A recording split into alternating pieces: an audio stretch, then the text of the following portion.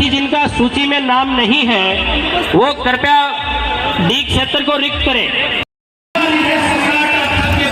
भूमि पर पहुंचे हैं, कार्यक्रम की अध्यक्षता कर रहे हैं आपके इसी क्षेत्रीय विधानसभा क्षेत्र के विधायक डॉक्टर जितेंद्र सिंह। ये झुंझुनों की धरा जो वीर वसुंधरा है अपने तमाम आगंतुक के बतौर मुख्य मेहमानों के आवागमन किस प्रकार करती है, आपका जोश जुनून देखते ही बन रहा है, परंतु साथियों आपका संयम और अनुशासन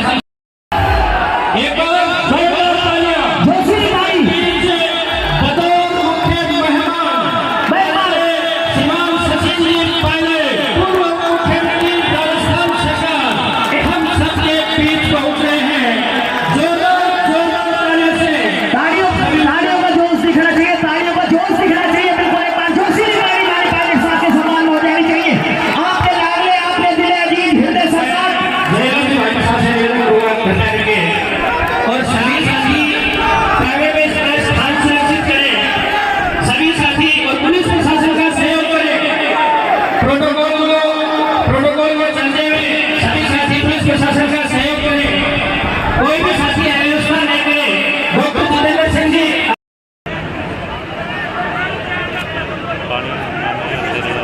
कांग्रेस विधायक प्रत्याशी संडेला, श्री राजपाल जी, मनीषा जी गुर्जर जी, मोदी व्यापार मंडल अध्यक्ष राजस्थान सरकार और विधायक विधानसभा क्षेत्र नीम का खड़ा, आपका भी स्वागत है। और हम सब श्रीमान श्रवण कुमार जी पूर्व विधायक सुरेशगढ़ परिषद के भी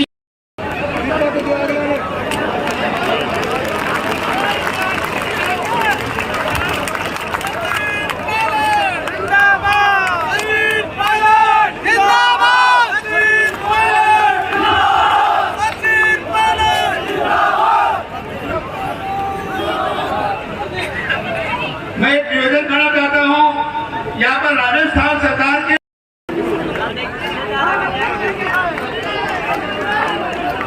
सभी अतिथियों को देते हैं रूपचंद जी।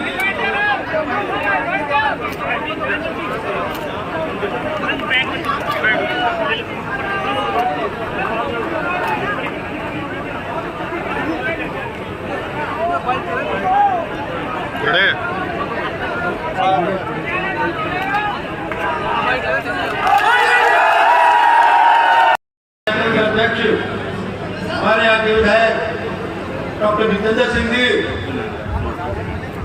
हमारे पड़ोस के मंत्री सैनिक कल्याण मंत्री भाई राजेंद्र सिंह हुड्डा जी नीम का ताड़ से पधारे, हमारे विधायक सुरेश जी मोदी साहब विराटनगर से पधारे, विधायक इंद्राज जी। ये कहते हैं कि आपको रीट की परीक्षा पास करनी पड़ेगी।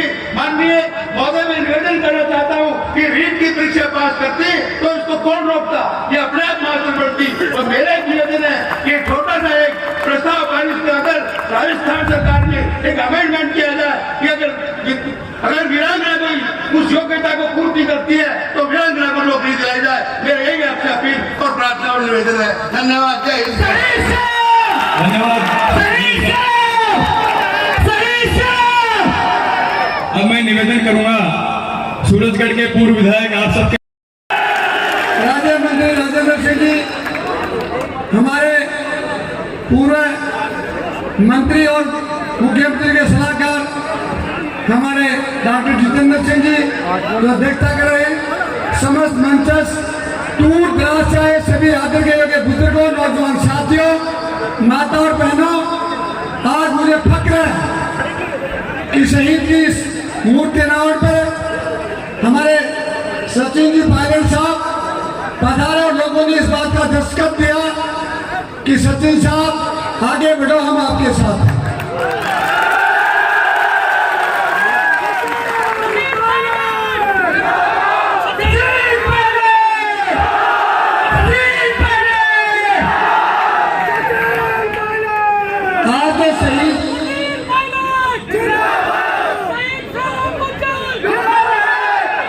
शहीद जी जो पत्नी है वो मेरे क्षेत्र की गंगोली की मेरी बहन, मुझे बहुत बड़ा दुख है कि आज ये पीड़ा श्रेणी पड़ रही है। तो हजार लाल ने बताया कि एक नौकरी में दफ्तर की ठोकरें खानी पड़ रही, कोई साइकिल से की मर्यादा उसको नौकरी दे देते हैं, और देश में जो अपने प्राणों की आहुति देता है उसको नौकरी तरसना पड़ता है।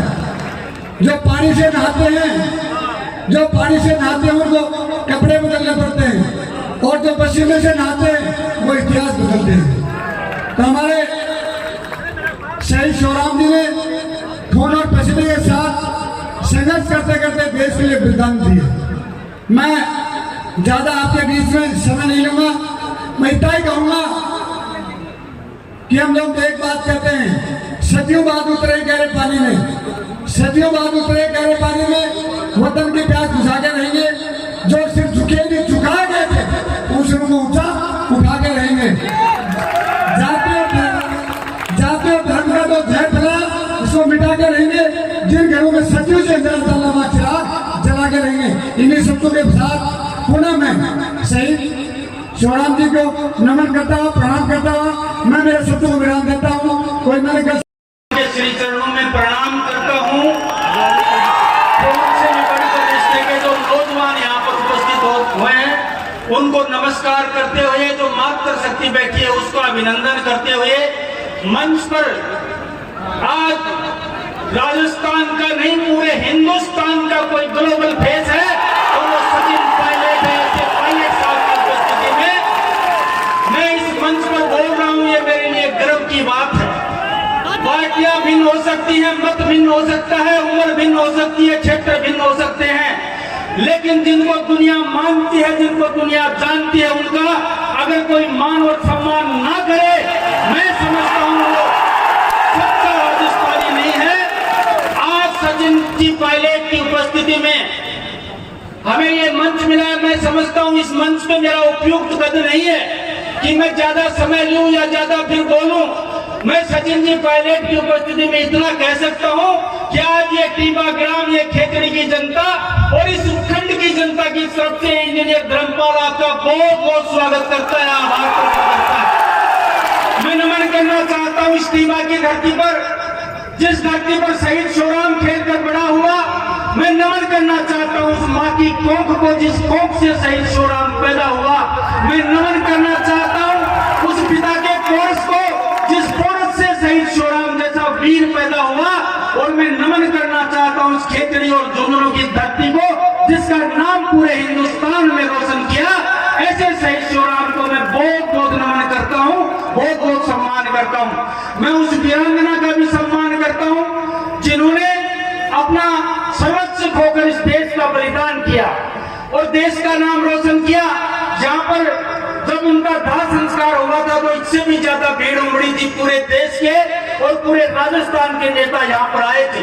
और पीड़ा ये हुई कि जब सुनीता जी ने कई बार राज्य सरकार को कह कर नौकरी के लिए इन्होंने दर की, उस नौकरी में भी नहीं मिला। तो मैं कहता हूँ ये पूरा उपखंड बहुत पीड़ित है। यहाँ का नौजवान बहुत दुखी है, यहाँ का बुजुर्ग बहुत दुखी है। इसलिए मैं राज्य सरकार से उपस्थित मांग करता हूँ और मैं सचिन पायलट जी से भी मांग करता हूँ कि हमारी वीरांगना की जो मांग है उसको अविलंब जल्दी से जल्द पूरा किया जाए। ये मैं आप उपखंड की तरफ से मांग करता हूँ। मैं आप लोगों से कहना चाहता हूँ, युवा साथियों, आप लोग मुझे एक निवेदन करना चाहता हूँ और अपनी बात को संक्षिप्त में समाप्त करने का प्रयास करना चाहूंगा कि क्यों मरते हो बेवफा सनम के लिए, मरना है तो मरो इस वतन के लिए।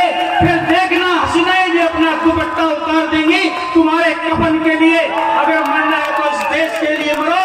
मैं आप लोगों से आग्रह करना चाहता हूँ कि सही दिशा में जिस देश का नौजवान चलता है उस देश को कोई कुछ नहीं बिगाड़ सकता। ये नौजवान जब तक इस देश में रक्षित है, जब तक इस देश की रक्षा कर रहे हैं, इस देश की तरफ को यहाँ उठा के भी नहीं देख सकता। मैं और शहीद की वीरांगना की तरफ से और इस पूरे जन समूह की तरफ से आपसे कहना चाहता हूँ, कई लोग शहीद के बारे में कई बातें करते हैं, कई कहते हैं करोड़ों रुपए मिल गए, ठाट हो गए। मैं कहना चाहता हूँ जिस परिवार में शहीद होता है, जिस परिवार का बेटा जाता है उसको पता है। पूछ के देखिए उस माँ की कोख से जिसकी बुढ़ापे में कोख उधड़ गई, पूछिए उस पिता से जिसकी बुढ़ापे की लाठी उधड़ गई, पूछिए उस पहली जवानी में जिस युवती का सिंदूर मिट गया, उससे पूछिए शहीद की कीमत क्या होती है। छोटे छोटे उन बच्चों से पूछिए जिनका बचपन में बाप का साया उधड़ गया और फिर भी पता नहीं लगता है। तो पूछिए उस बहन का दर्द जो रक्षाबंधन के दिन आपके भाई के हाथ पर बांधने के लिए मिलेगा आपको। तो कांग्रेस की सरकार दोबारा रिपीट करेगी। मैं कहना चाहता हूं, अगर इस चेहरे में थोड़ी सी भी मायूसी दिखी, अगर इस चेहरे में थोड़ी सी सलवटें दिखी चेहरे के ऊपर, तो सरकार मुझे लगता नहीं है आएंगी। और हो सकता है कि जो गुड्डा जी ने बात कही हो वो सही हो जाए, लेकिन हम नहीं चाहते कि जो गुड्डा जी ने जो बात कही थी वो सही हो जाए। हम यही चाहते हैं कि कांग्रेस के कार्यकर्ताओं में भी जोश है, कांग्रेस के कार्यकर्ता कांग्रेस की सरकार लाना चाहते हैं, लेकिन कांग्रेस के कार्यकर्ता ये भी चाहते हैं कि जिस कोहिनूर के ऊपर ये सरकार आई थी उसके चेहरे को चमकाना बहुत जरूरी है, उसकी चेहरे की चमक उसको ऊपर रखना बहुत जरूरी है। यही बात कहना चाहता हूं, ज्यादा बात नहीं कहते, मैं तो यही कहना चाहता हूं कि सम्मानीय पायलट साहब, जिस हिसाब से आप राजस्थान में कार्यकर्ताओं की, गरीबों की, दलितों की जो आवाज उठा रहे हैं, मैं आपको अपनी तरफ से और नौजवान और SC/ST के साथियों की तरफ से विश्वास दिलाना चाहता हूं कि एक एक कार्यकर्ता अपने ढाल बन के राजस्थान में काम करेगा। जो भी आप निर्णय लेंगे, जो भी आप फैसला लेंगे, हम सब कार्यकर्ता आपके साथ में खड़े मिलेंगे। बहुत बहुत धन्यवाद। सब लोग अपने महबूब नेता पायलट साहब को सुनना चाहते हैं, इसलिए मैं आपके और इनके बीच में ज्यादा समय नहीं लूंगा। केवल इतना कहूंगा कि आप सब लोग बहुत दूर दराज से इस गर्मी के मौसम में आए हो, इस सभा की शान बढ़ाओ, इसमें अनुशासन रखो और बहुत अच्छी सभा, यादगार सभा इसको बनाओ। सब लोग अनुशासित ढंग से कार्य करो। धन्यवाद।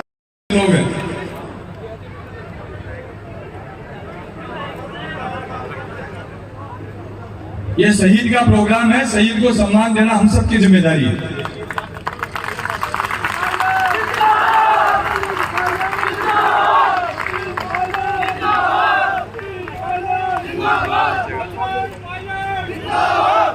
वीरांगना सुनीता देवी का सम्मान हुआ,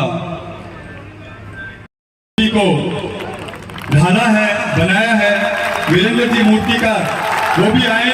आदरणीय पायलट साहब उनका माला पहना करके स्वागत करेंगे। इस ग्रेनेडियर आर्मी के 7 यूनिट के साथी नायब सूबेदार जी ओम प्रकाश जी के नेतृत्व में पायलट साहब का स्वागत करना चाहती है। इनकी टीम एक बार पधारें प्लीज। आप जाओ,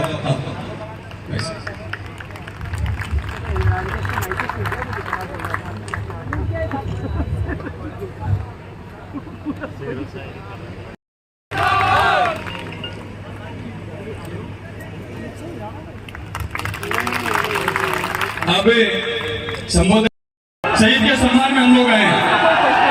आप अगर ऐसे इस तरीके की हरकत शहीद के सम्मान में करें तो गलत बात है।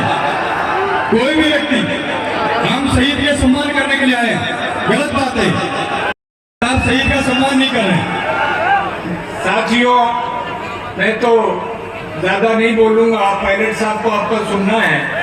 मैं राजेंद्र जी आपसे आग्रह करूंगा कि यहाँ 17,000 फौजी हैं केतड़ी में और करीब केतड़ी के 100 शहीद हुए हैं। मैं आशा करता हूँ कि यहाँ इन्होंने फौजियों ने मांग करी है कि इनकी CSD कैंटीन बने, तो मेरा आपसे आग्रह है कि CSD कैंटीन बनाने के लिए आप इसके लिए सरकार को आगे लिखें ताकि इनकी कैंटीन बनके इनको लाभ मिल सके सभी फौजियों को। और जो शहीद की विधवा सुनीता जी के सर्विस के लिए,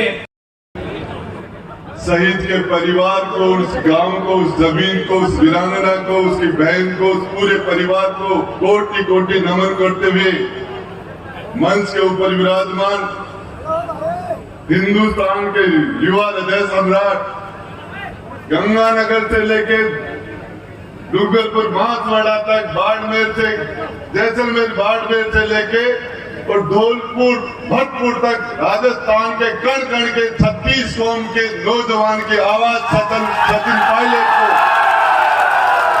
इस शेखावाटी की धरती पर उनका स्वागत। इसके साथ साथ हमारे मंच पर विराजमान हमारे कार्यक्रम के अध्यक्ष पूर्व मंत्री डॉक्टर जितेंद्र जी, मंच पर विराजमान इंदिराज जी गुर्जर साहब, वेद प्रकाश जी सोलंकी जी, नीमका थाना के विधायक सुरेश जी, हमारे सूरजगढ़ के पूर्व विधायक सरवण जी, हमारे खेतड़ी से पूर्व विधायक हजारीलाल जी, सम्मानित मंच, मैं तो आपको एक ही बात कहना चाह रहा हूं, जो शहीद के बारे में, शहीद वीरांगना के बारे में, कि शहीद वीरांगना को नौकरी के बारे में जो बातें उठ रही हैं, मैं इस नौजवान के सामने खड़ा होकर कहना चाहता हूं, इस सरकार में हम लाचार हैं।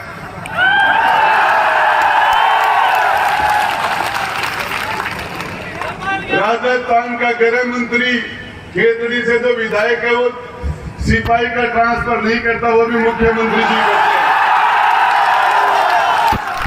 वेद प्रकाश जी मुझे कह रहे थे कि सैनिक कल्याण मंत्री यहाँ बैठे, अरे भाई मेरे हाथ में हो तो 2 मिनट के अंदर पूरे परिवार की नौकरी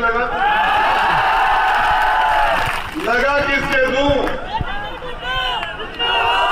मैं लगा किसकी दूं।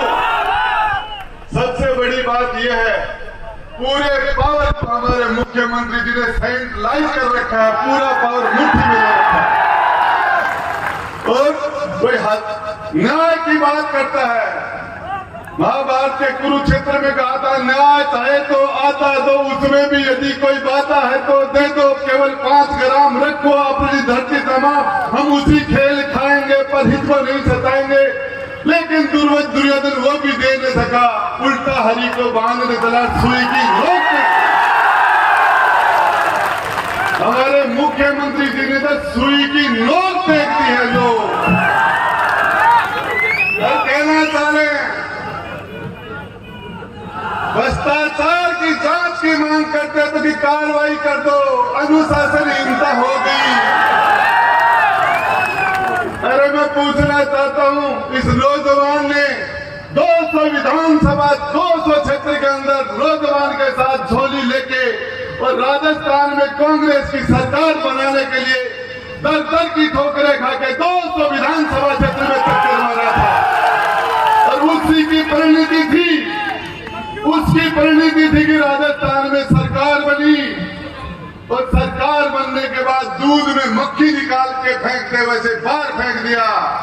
मैं कहना चाहता हूं, ये राजस्थान का नौजवान आने वाले 6 महीने के बाद में तो एक ऐड आता था वॉशिंग पाउडर का, दाग ढूंढते रह जाओगे, दाग ढूंढते रह जाओगे। मैं तो फॉर्चूनर वाली बात कही थी, वो भी झूठी हो सकती है, उससे नीचे आ सकते हैं।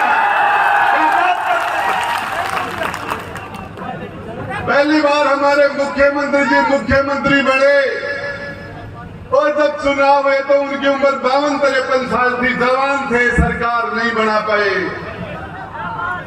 156 थे, उनके 56 बना दिए। दूसरी बार जब चुनाव हुए तो मुख्यमंत्री जी मुख्यमंत्री बने, दोबारा चुनाव हुए तो उनकी उम्र 62-63 साल की थी। उस टाइम में भी मुख्यमंत्री जी ने सरकार नहीं बना पाए और सोच के 21 बना दिए। अब हमारे मुख्यमंत्री जी 73 साल के हो गए हैं। 2003-2013 के अंदर जवानी थोड़ी बहुत बची हुई थी, अब 73 के हो गए। बोले अब बोले % बहुमत आएगा। समाचार समाप्ति की तरह जा रहे हैं, न्याय करो।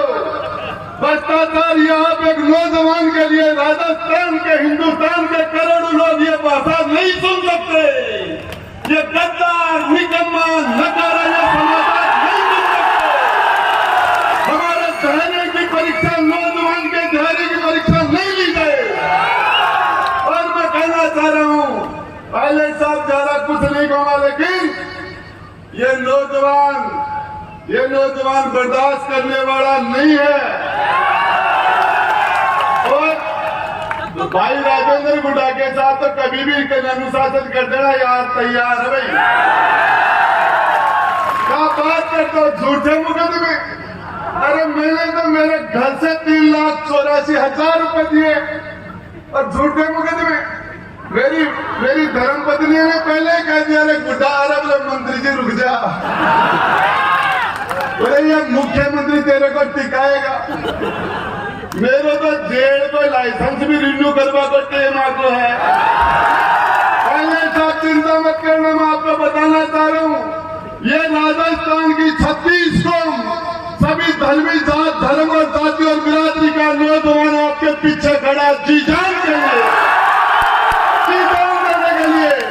और जिस दिन मैं चैलेंज देना चाह रहा हूँ, मार का दूध पिया तो अनुशासन की कार्रवाई करके पायलट साहब के करके बताओ, शक्ति का दूध याद आ जाएगा, शक्ति का दूध याद आ जाएगा और कर देगा फैसला सही से भारत। धन्यवाद आदरणीय हुड्डा साहब।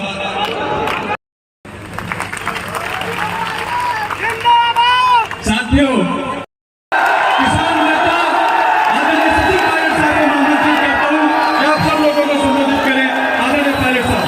सचिन पायलट, सचिन पायलट, सचिन तुम संघर्ष करो, पायलट साहब आगे बढ़ो, पायलट साहब आगे बढ़ो,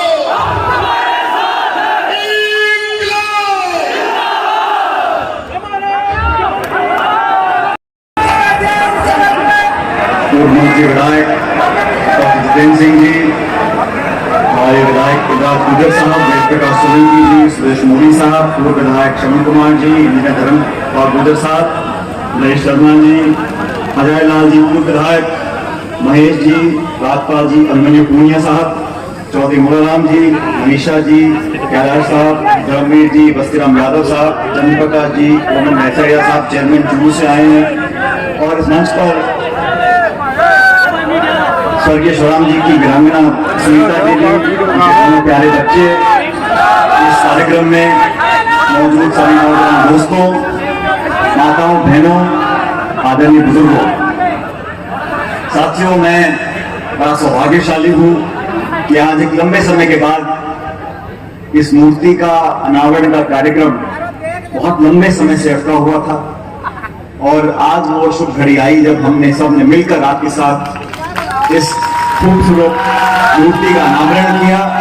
मेरा सौभाग्य है कि शिवराम जी की याद में जो ये प्रतिमा बनी है, ये बहुत लंबे समय तक इस इलाके को, इस क्षेत्र को, पूरे देश और प्रदेश को एक प्रेरणा का स्रोत आज मिला है।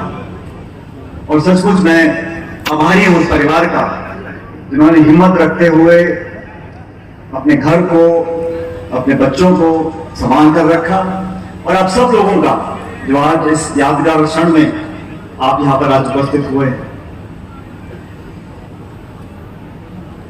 साथियों, वीरांगनाओं की मांग को लेकर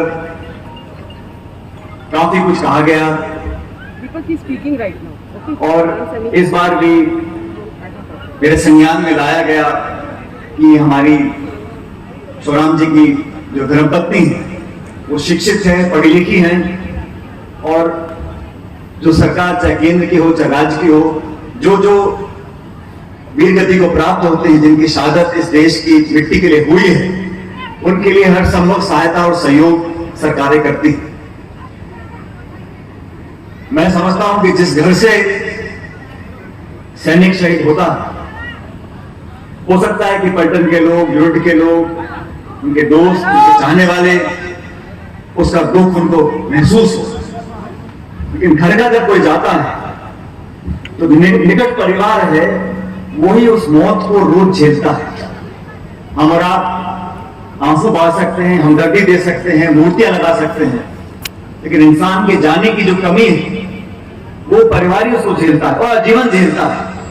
इसलिए मैं ऐसा मानता हूं कि इस क्षेत्र में, और शेखावाटी का ये क्षेत्र पूरे हिंदुस्तान में, खेतरी झुंझुनों का नाम इसलिए है कि यहाँ पर किसान भी है और जवान भी है।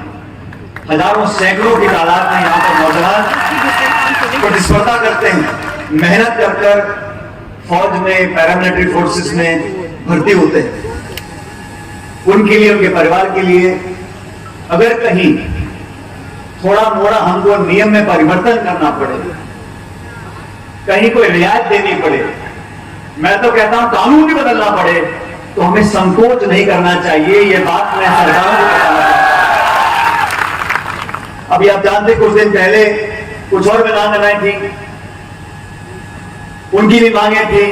वो तीनों मेरे घर भी आई थी जयपुर में, बहुत दुखी थी।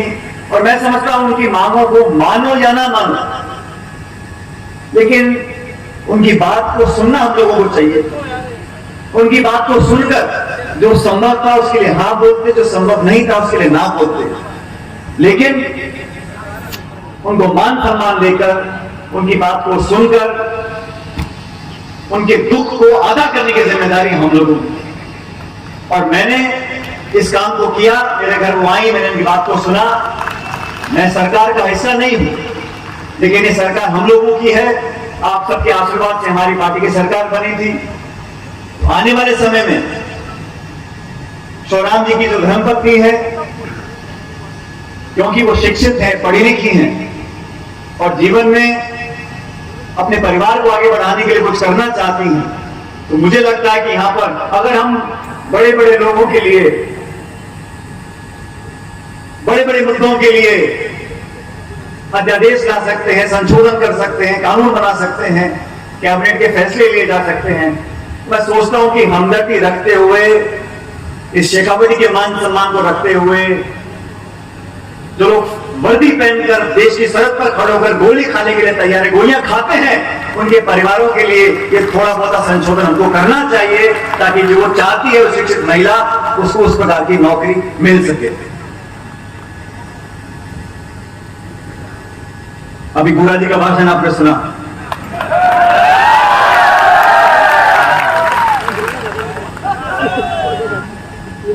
कुछ हफ्ते पहले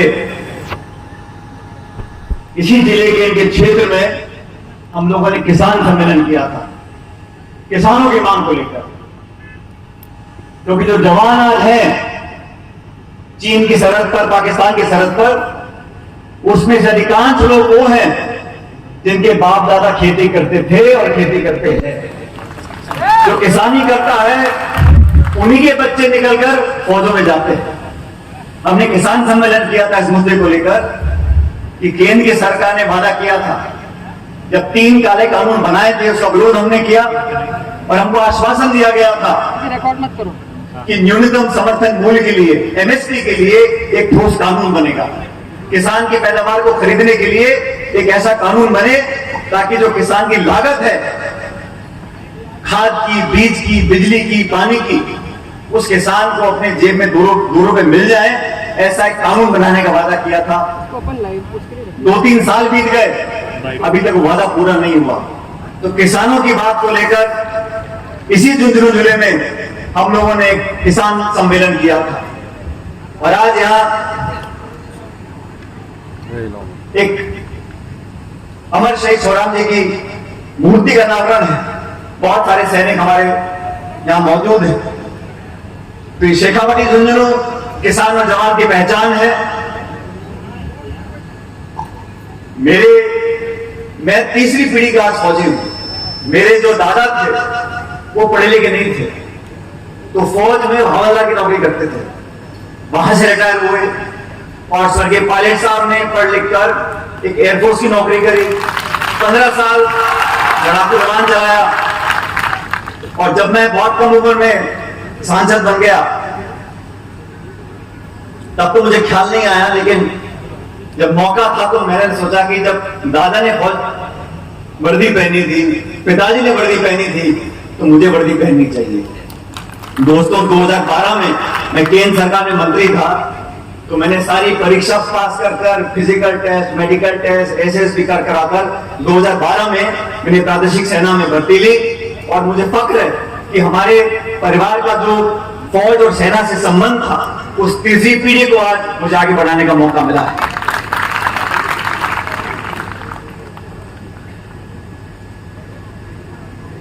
देश और प्रदेश के अंदर हर व्यक्ति एक बेहतर जीवन चाहता है। हर नेता, हर दल, हर सरकार इस बात पर जोर डालती है कि हम आने वाले समय में एक बेहतर राजस्थान बनाएंगे, बेहतर प्रदेश बनाएंगे, और ये संभव भी है। मैं इतिहास में जाना नहीं चाहता हूं, लेकिन मैं समझता हूं इस देश और प्रदेश में जो राजनीति करते हैं लोग, उनको अपनी बात पर अड़िग रहना चाहिए। हमारे मुंह से जो आवाज निकलती है जो, और राजनीति में विश्वास बहुत जरूरी है। जब विश्वास खत्म हो जाता है तो फिर कोई वोट, कोई संतरी, मंत्री, पक्ष विपक्ष, सत्ता, कोई मतलब नहीं। विश्वास कायम करने के लिए सिर्फ भाषण नहीं, हमें अपनी करनी में दिखाना है, अपनी कलम की शाही से दिखाना है कि जो हम बोलते हैं वो करते हैं।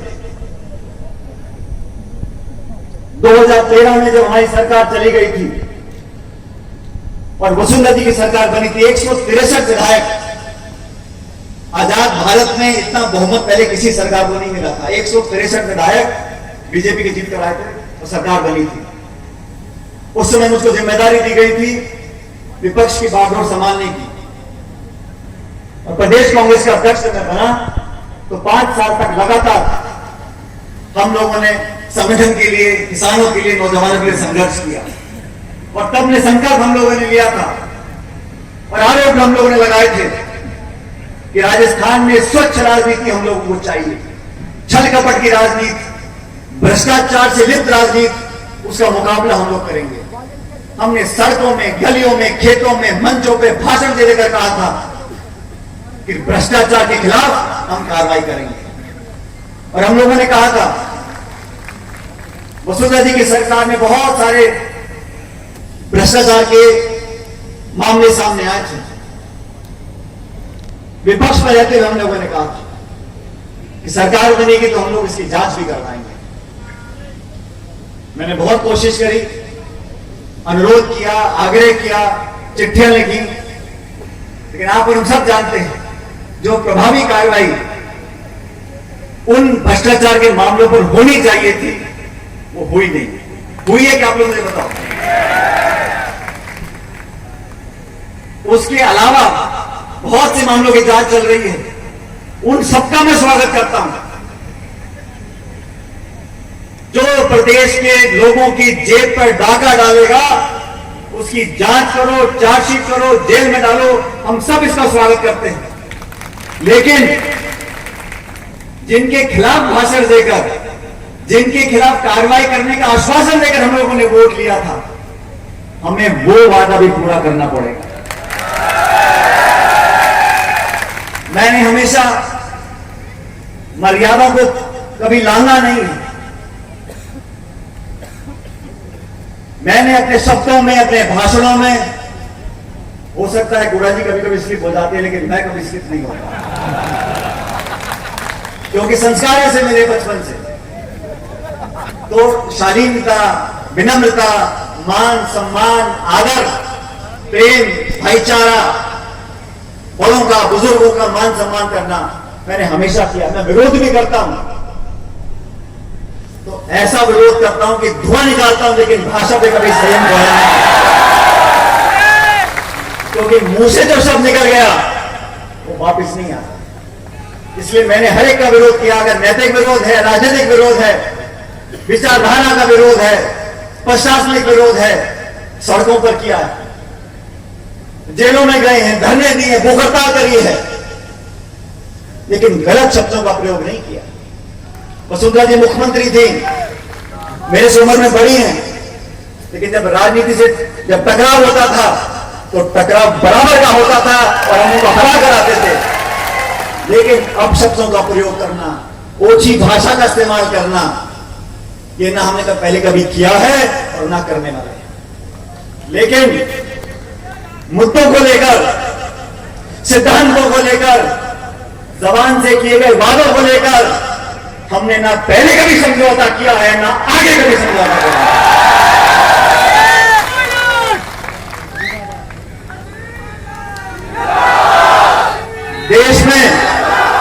देश में जहां जहां चुनाव होता है, मैं हमारी पार्टी के लिए वोट मांगने जाता हूं। जहां जहां बीजेपी का शासन है, भ्रष्टाचार मुझे दिखता है, हमको दिखता है, उसका विरोध हम लोग करते हैं। लोग हमारी जबान पर विश्वास करते हैं, वोट डालते हैं। और आप भी जानते हो, उत्तर भारत में जहां जहां बीजेपी का शासन होता है, वहां कांग्रेस के लिए वोट मांगने सबसे पहले मैं खड़ा होता हूं। चाहे उत्तर प्रदेश हो, चाहे हिमाचल प्रदेश हो, चाहे उत्तराखंड हो, चाहे पंजाब हो, चाहे गुजरात हो, महाराष्ट्र, मध्य प्रदेश, जहां भी हो, पिछले 25-30 सालों में, 25-23 सालों में जगह जगह जाकर हमें विरोध किया है, कि विचारधारा से मेल नहीं है। लेकिन जो बातें मैंने उठाई, लिखित में उठाई, साल सवा साल पहले की बात, और अभी कुछ दिन पहले मैंने एक अनशन किया जयपुर के अंदर, इस बात को लेकर किया कि हम लोगों ने जो वादे किए थे और भ्रष्टाचार के साथ कोई समझौता हम लोग कर नहीं सकते।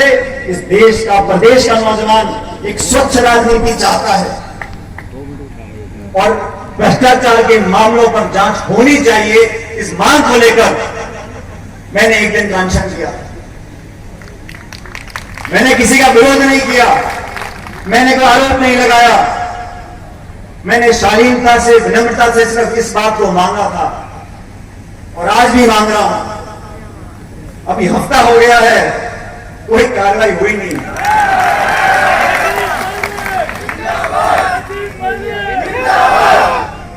लेकिन भ्रष्टाचार, करप्शन, आर्थिक अपराध करने वाले वो लोग जिन्होंने गलतियां की थी,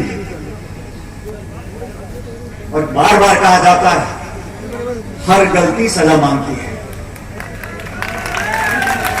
जांच होनी चाहिए, सबूत मिले तो कार्रवाई होनी चाहिए। राजस्थान को एक ईमानदार और स्वच्छ राजनीति देने की जिम्मेदारी हम सब लोगों की है। और इस मुद्दे को लेकर मैंने बड़े खुले मैदान में इस बात को कहा कि करप्शन के साथ कोई समझौता नहीं करेंगे, पर देश के नौजवान को, के भविष्य को हम अंधकार में डालना चाहते हैं, ऐसा हम होने नहीं देंगे। और ये संघर्ष, ये संकल्प कल भी मजबूत था, आज भी मजबूत है और कल भी मजबूत रहेगा। आप सब लोग यहां बैठे हो, मैं आप लोगों से पूछना चाहता हूं, जिन मुद्दों को मैंने उठाया, ये लड़ाई सही है गलत? मुझे आवाज नहीं, क्या बोला भाई? मैंने किसी का विरोध नहीं किया, मैंने कोई लांछन नहीं लगाया, मैंने कोई किसी को कटघरे में खड़ा नहीं किया। मैंने बड़ी शालीनता से कहा कि जो हमने आपने वादे किए थे उन्हीं को पूरा कर दो, क्योंकि चुनाव सर पर है। जैसे गौड़ा जी ने कहा, ये 5 साल बीजेपी, 5 साल कांग्रेस की जो परिपाटी बनी है पिछले 35 सालों में, इसको अगर रोकना है, इसको तोड़ना है, अगर दोबारा जनता की सेवा करने का मौका हम लोगों को चाहिए, तो हमें ऐसा कुछ करना पड़ेगा कि जनता का विश्वास हम लोग जीत सके। इसलिए आज इस सभा में आप सब लोगों ने बहुत आशीर्वाद दिया और खासकर हमारी शहर की जो वीरांगना है, इसके भविष्य के बारे में चिंता प्रकट करी है। मैं सभी वक्ताओं को आश्वासित करना चाहता हूं कि जितना जोर हम में है, और बूढ़ा साहब आपने ऐसा कैसे बोला, हम लाचार हैं, कमजोर हैं, मजबूर है, अरे छोड़ो, ये लोकतंत्र है, यहां जनता जनार्दन है। जिसके सर पे हाथ होगा वो ही ताकतवर होगा। बाकी ये पद, कुर्सियां, मंत्री संतरी आए चले गए, जो जनता के दिलो दिमाग में अपनी छाप छोड़ेगा कोई देश में राजनीति करेगा। मेरा तो आप लोगों से निवेदन है, 36 कौम के लोगों से, कि आपने हमेशा मान सम्मान और प्यार आशीर्वाद दिया है, भविष्य में भी आप देते रहोगे, और हम लोग मिलकर इस परिवार की बेहतरी के लिए जो सबसे बेहतर काम हो सकता है उसको करने में कोई कसर नहीं छोड़ेंगे। लेकिन आप लोगों ने आज जिस विश्वास के साथ यहां पर हमारा सत्कार किया, आशीर्वाद दिया, मैं आपका बहुत धन्यवाद करना चाहता हूं। लेकिन आने वाले समय में ना तो हम डरने वाले हैं और ना हम पीछे हटने वाले हैं। हम सिद्धांत की राजनीति कर रहे हैं, ईमानदारी की राजनीति करना चाहते हैं, बातों को पूरा करना चाहते हैं, जवान किसान को मान सम्मान देना चाहते हैं, बच्चों को पढ़ाना चाहते हैं, एक अच्छा राजस्थान बनकर उभरे, ये हमारा संकल्प है। और मुझे पूरा विश्वास है कि आप लोगों का पूरा आशीर्वाद हमें मिलता रहेगा। अगर मिलेगा तो दोनों हाथ खड़े करके बता दो मुझको कि हम आने वाले समय में देंगे। धन्यवाद करना चाहता हूं। मेरे साथ जोरदार नारा दो, भारत माता की, भारत माता की, भारत माता की। बहुत बहुत धन्यवाद। राम राम। धन्यवाद पायलट साहब। अब मैं शहीद के भाई रूपचंद जी